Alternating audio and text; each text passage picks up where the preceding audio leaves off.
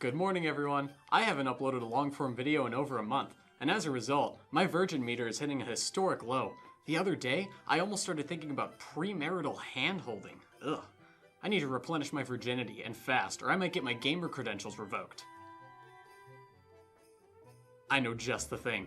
There's a pretty clear divide between the gaming industry before 2010 and after. The outset of the decade marked a new era for video games, with major advancements in console technology leading to the development of new, innovative systems with impressive technical prowess. Video games in the 8th console generation look and sound better, run smoother, and can hold more content than ever before. Technology does tend to get better over time. The gaming industry has made a foray into VR, Xbox gave up on the Kinect, and Nintendo gave up on the Virtual Console.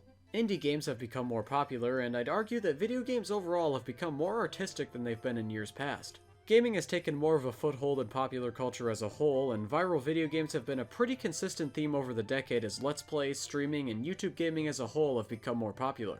There were a lot of games released over the past 10 years, and naturally everyone has their favorites, including me.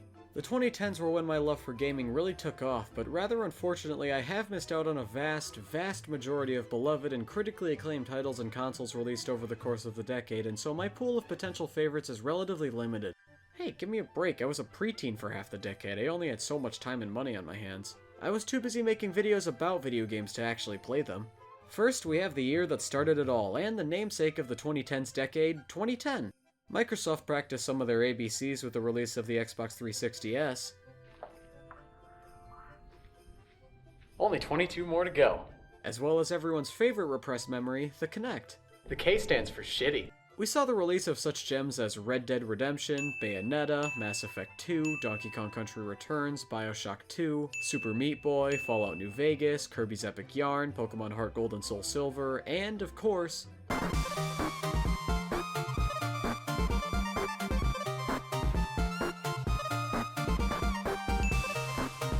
but my favorite of the bunch has got to be Super Mario Galaxy 2. Galaxy 2 ranks among some of my all-time favorites. In many ways, it is a lot like an expansion pack to the original Galaxy. The same basic premise, mechanics, and controls are all there, it just takes the already solid core formula and does more with it. But there's something about it that just feels different from Galaxy 1. A lot of the new levels are bursting with creativity, and having less missions and more galaxies prevents any one galaxy from getting stale. The zany new environments, power-ups, and mechanics make each mission feel fresh and unique, and no one theme or mechanic ever overstays its welcome. Except for maybe the spring mushroom, that thing was unwelcome before it even appeared in the game. Each level is full of hidden secrets and a unique spin on the gameplay, the platforming and puzzle solving are fantastic, and Mario feels great to control.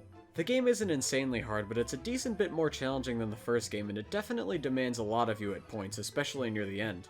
It looks gorgeous, especially for a Wii game, and the grand orchestral score is a great backdrop to the thrilling adventure through the cosmos. Super Mario Galaxy 2 is some of the most fun I've had playing a video game, and I adore it even more with every new playthrough. 2011 saw the launch of the 3DS, and with it some fantastic new Nintendo titles like Super Mario 3D Land, Star Fox 64 3D, Mario Kart 7, and Ocarina of Time 3D. The previous generation of Nintendo consoles also saw some great hits as they reached the end of their lifespans, like Skyward Sword, Kirby Mass Attack, Kirby's Return to Dreamland, and Pokemon Black and White. Why the fuck won't it go 3D? Of course, that's not to discount the release of some non-Nintendo blockbusters like Portal 2, Dark Souls, The Witcher 2, the official release of Minecraft, Cars 2, can't forget about that one, and Skyrim. What, me? No, that must be a mistake. Of course I played Skyrim. It's one of the most influential games of the decade, after all.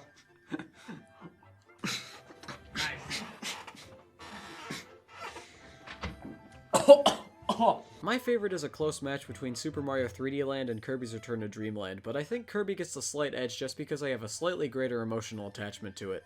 I have so many fond memories of the multiplayer in this game. Nothing beats the experience of adventuring through Planet Popstar with 3 other friends. Kirby's Return to Dreamland is, for the most part, the classic Kirby formula, given extra polish and refinement for the modern era. The copy abilities are just as good as ever, and all the new ones are fantastic as well. There's a variety of ways you can use copy abilities to interact with the environment and solve puzzles, and it adds more diversity to the gameplay when you can overcome obstacles in a way other than how the game wants you to. The fun and creative levels and bosses, excellent multiplayer, and a wealth of content to sink your time into makes Return to Dreamland one of the best Kirby games to date. 2012 was home to the release of several consoles like the PlayStation Vita, the PS3 Super Slim, the Wii Mini, the Neo Geo X, the 3DS XL, and last but least, the Wii U. Only half of these are actually new consoles, and one of them is the Wii U. And of course, with the release of all these new consoles comes a great collection of mediocre games. The PS Vita saw such wonders like Plants vs. Zombies and Ben 10 Galactic Racing. The Wii U had, Zombie U and another Mario Bros. Game. And do not ask me about Neo Geo X because I do not care. Other consoles also had their fair share of impressive games such as Mario Party 9, Poke Park 2, the sequel to that game where you date pigeons, and Paper Mario Sticker Star. Maybe they all sucked because everyone thought the world was ending. Yeah, remember that? Fortunately, there was still some good stuff released in 2012, like Dust Force, Xenoblade Chronicles, Borderlands 2, Spec Ops The Line, Journey, Counter-Strike Global Offensive, and a bunch of games that end in 3. And the only good game that I played that year was Pokemon Black and White 2. One of the few actual direct sequels in the Pokemon franchise, Black and White 2 are some severely underrated Pokemon games. Although the adventure still takes place in Unova this time around, all the additions and modifications made to the region makes it feel completely different from the first adventure in Black and White.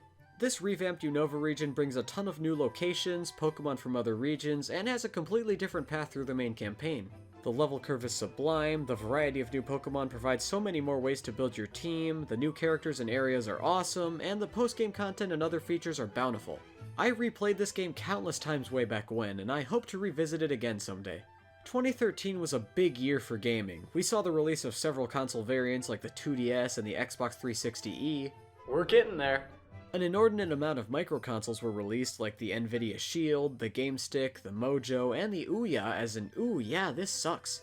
And of course Sony and Microsoft kicked off the 8th console generation with the release of the PS4 and Xbox One.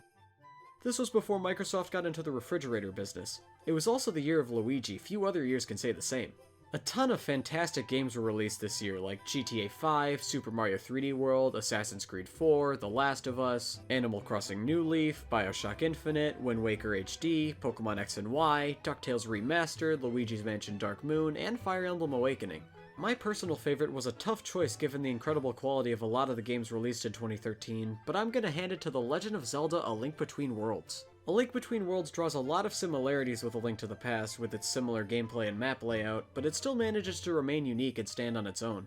The brilliantly executed wall merging mechanic and the ability to rent items opens up a massive diversity of ways to go about your adventure. It's core, non-linear 2D Zelda at its finest, with fulfilling exploration, fun puzzle solving, and an engrossing, uplifting sense of adventure that encapsulates it all. Maybe I should play it again at some point. Although there was significantly less Luigi and significantly more Gamergate this time around, 2014 was still a similarly amazing year for video games. We didn't see any new consoles this time around, my whiteboard is getting lonely, but we did see a ton of great games. Dark Souls 2, Titanfall, Mario Kart 8, Bayonetta 2, Far Cry 4, Watch Dogs, Super Smash Bros. 4, Shovel Knight, Donkey Kong Country Tropical Freeze, Kirby Triple Deluxe. Remember when Five Nights at Freddy's was fresh and original? Yeah, that was when there was only one of them. Now there's 9 games, 5 books, and a shit ton of merchandising. My, how the mighty have fallen. The game that wins the meaningless, my personal opinion crown for this year, however, is Pokemon Omega Ruby and Alpha Sapphire. The original Ruby and Sapphire, all things considered, didn't really need a remake, but the modern facelift with updated graphics, mechanics, and all the quality of life changes to the main campaign and gameplay bring the Hoenn region to life and make an already fantastic adventure even better. Post-Gen 3 additions to the roster and changes to the gameplay greatly expand the range of viable Pokemon to travel through Hoenn with, and it makes the updated adventure feel completely different from the original 2003 iteration.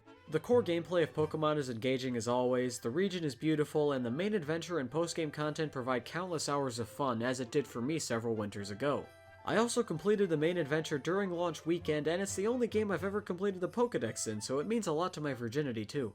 2015 was a sad time to be a guy who exclusively owned Nintendo consoles and a crappy laptop that couldn't run any good games. I had Splatoon and Triforce Heroes and Mario Maker, and that's about it. If by any chance you had any other console though, there were plenty of smash hits released that year like Fallout 4, Metal Gear Solid 5 The Phantom Pain, Rocket League, Undertale, The Witcher 3, Batman Arkham Knight, Rise of the Tomb Raider, Ori and the Blind Forest, Crypt of the Necrodancer, and of course Honey Pop. What? I don't really have a ton of options here to be honest, but I think Super Mario Maker deserves a spot near the top of the list regardless. The level creation tools that Super Mario Maker provides opens up countless possibilities for level design, puzzles, and very unorthodox gameplay. It's essentially infinite 2D Mario, and while you have to sift through a lot of garbage to find good levels, there's a bulk of great courses out there, and the sky's the limit with so many tools available to so many dedicated fans. Or you could play some of Rubber Ninja's levels, whatever floats your boat. 2016 was an atrocious dumpster fire of a year, and quite frankly I don't think the world has been the same since, but in terms of gaming, it was pretty good overall. We saw the release of several enhanced versions of existing consoles like the Xbox One S, the PS4 Slim, and the PS4 Pro, as well as several ventures into VR like the HTC Vive, the PlayStation VR, and the first commercial release of the Oculus Rift. Pokemon celebrated its 20th anniversary by temporarily achieving world peace and releasing a mediocre 3DS game, and the NES Classic was released to scalpers worldwide. Some good games got released this year though, like Dark Souls 3, Firewatch, Doom, Kirby Planet Robobot, Overwatch, Inside, Uncharted 4, Fire Emblem Fates, Superhot, and No Man's Sky was pretty good until people actually got to play it. My favorite game of 2016 though is actually part of the reason why I haven't been playing many other games now. Stardew Valley. I'll probably discuss it more in a future video, so for now I'll just say that it's a delightfully charming little game with a surprising amount of depth, story, and things to do. There's always a new goal to work towards, and it makes for an addicting gameplay formula that I always find myself coming back to time after time. You can never have too much money. 2017 was a fantastic year for gaming. The new 2DS XL, SNES Classic, Xbox One X. Yeah, that was the Xbox One, not the 360. God damn it! And the, new Shield Android TV? All released this year, but they all took a backseat to the big kahuna of the year, the Nintendo Switch. Nintendo finally half figured out what the hell they're doing and released a fantastically innovative new console with a vast library of great first and third-party games that has grown rapidly since the Switch's release. Breath of the Wild, Mario Odyssey, Mario plus Rabbids Kingdom Battle, Splatoon 2, Mario Kart 8 Deluxe, and Xenoblade Chronicles 2 to name a few.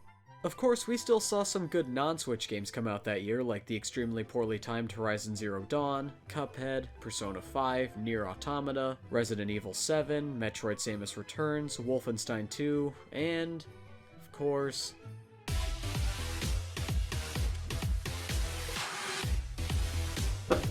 Life is naught but ceaseless agony. determining a favorite game of 2017 was really difficult for me, not so much because I played a lot of good games, more so that it's so difficult to pick between Mario Odyssey and Breath of the Wild. So, I've decided to take the loser's way out, I vote present. and talk about both of them. Breath of the Wild was a seriously impressive way to roll out the Switch. It restored hope to a company that had floundered for years prior and that people were having a fair share of doubts about regarding their ability to succeed in the gaming industry. It completely reshaped the Zelda formula and delivered a fantastic open-world experience with seemingly endless map to explore and tons of stuff to do and a variety of ways to go about your adventure. It perfectly encapsulates the sense of ambition, pride, and optimism that surrounded Nintendo in early 2017. And I will never forget the feelings I experienced when I first got myself a Switch and started up the game. I got countless hours of joyous adventuring out of this game, and I'm sure I've still got a ways to go before I discover everything, especially given the generous DLC additions. Maybe I'll play it again eventually before the sequel comes out. While Breath of the Wild brought about hope for a new era of Nintendo, Super Mario Odyssey capitalized on that momentum and delivered a magical, grandiose experience that few other Mario games can stand up to. It departs from the level-based format of some recent 3D Mario entries and utilizes an open-world playground style, where the massive kingdoms provide thrilling challenges and satisfying exploration. The capture mechanic is incredibly creative and opens up a variety of ways to design puzzles and challenges. I think it may have been slightly underutilized and could have been executed a little better overall, but it's still a welcome shakeup to traditional Mario gameplay. Collecting Power Moons is satisfying, controls are fantastic, the game looks gorgeous, and man, cheesing platforming challenges is a greater pleasure than you could ever imagine. Super Mario Odyssey instilled in me a childlike sense of wonder and awe that few other games have been able to achieve. It takes me back to the glory days of Galaxy in many respects, and as a result, it gives me a bit of a nostalgic feeling. But it still stands on its own and is one of the finest Mario games to date. If only we could get word on a sequel. 2018 was a great time to be me and get a PS4 Pro right around Christmas, get 3 games, and only ever finish one of them. For what it's worth, Red Dead Redemption 2 was pretty good for the brief period of time that I played it, and I'm sure it will be fantastic if I ever get around to playing it again. Spider-Man I actually played, and aside from the mind-numbingly miserable slogs that were the stealth missions, it was pure joy and thrills all the way through. Celeste blew me away, Pokemon Let's Go was alright, and I'm sure God of War, Octopath Traveler, Monster Hunter World, and the Shadow of the Colossus remake were all pretty good too. But let's be honest here, Smash Bros.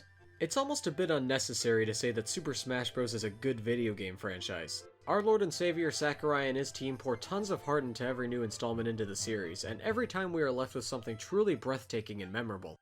Super Smash Bros. Ultimate is Smash Bros. At its finest. It's a true love letter to Nintendo and gaming as a whole, with smooth and thrilling gameplay, a huge variety of characters to experiment with, and many different ways to play. It's great to play casually as a fun, party-style game, but there's also a monumentally high skill ceiling that adds a major competitive element to it if you want to get good enough. I don't, personally. I prefer to play random battles with friends online, and I value personal hygiene, but it's a testament to Smash Ultimate's ability to be all things to all people depending on your personal tastes. And 2019? Well, we saw the release of the Xbox One S All-Digital Edition, whatever the hell that is, the Nintendo Switch Lite, the Sega Genesis Classic, and the... As for games, I really didn't play many new ones. A vast majority of my time was devoted to Switch gaming. I downloaded Fire Emblem and Link's Awakening and never played them. This leaves me with just Pokemon Sword and Shield and Super Mario Maker 2, which they were fine, but I just don't feel like I can justifiably give either of them the Game of the Year crown. It seems like a lot of people have been enjoying Sekiro, Outer Worlds, Borderlands 3, Kingdom Hearts 3, Luigi's Mansion 3. There's a lot of 3s here, Valve's gonna be pissed. Resident Evil 2, Death Stranding, Devil May Cry 5, and Untitled Goose Game. I will probably never play any of these. The 2010s sure were a thing that happened. We all developed repressed memories of Gangnam Style, the internet and social media exploded in popularity, and the Nazis came back. We saw fascinating new technologies like the exact same product over and over again, self-driving cars, VR, and of course, e-cigarettes. Come on! I have to shit! But I think one of the biggest developments for me personally was my growing love for video games. As I slowly grew some level of cognitive function around age 7, I became a lot more engrossed in video games as a whole, and I've slowly attempted to expand my gaming palette over the decade, but clearly I still have a long way to go. Fortunately, I have winter break for the next week or so hopefully I'll have a bit more time on my hands. I guess it's high time that I get to cleaning out my backlog and maybe bring that haven't actually played counter down. But before I go, I think it's only fitting that I give a conclusive ranking to some of my favorite games of the decade. Let's go! Now these were extremely close and extremely difficult to rank, but I did the best I could. So number 10 goes to Super Mario Maker. Pretty good, but also definitely feels the least grand and impactful to me personally, so sadly this goes at the bottom of the list. Number 9, Pokemon Black and White 2. Again, quite good, but not quite as impactful to me personally. Number 8 is Kirby's Return to Dreamland. Number 7 goes to A Link Between Worlds. Number 6 is Super Smash Bros. Ultimate. Number 5 is Stardew Valley. Number 4 goes to Legend of Zelda Breath of the Wild. Number 3 is Super Mario Odyssey. Number 2 is Omega Ruby and Alpha Sapphire. And so through process of elimination and my strong, heartfelt feelings about this game, number 1, of course, goes to... Oh, goddammit, this always happens.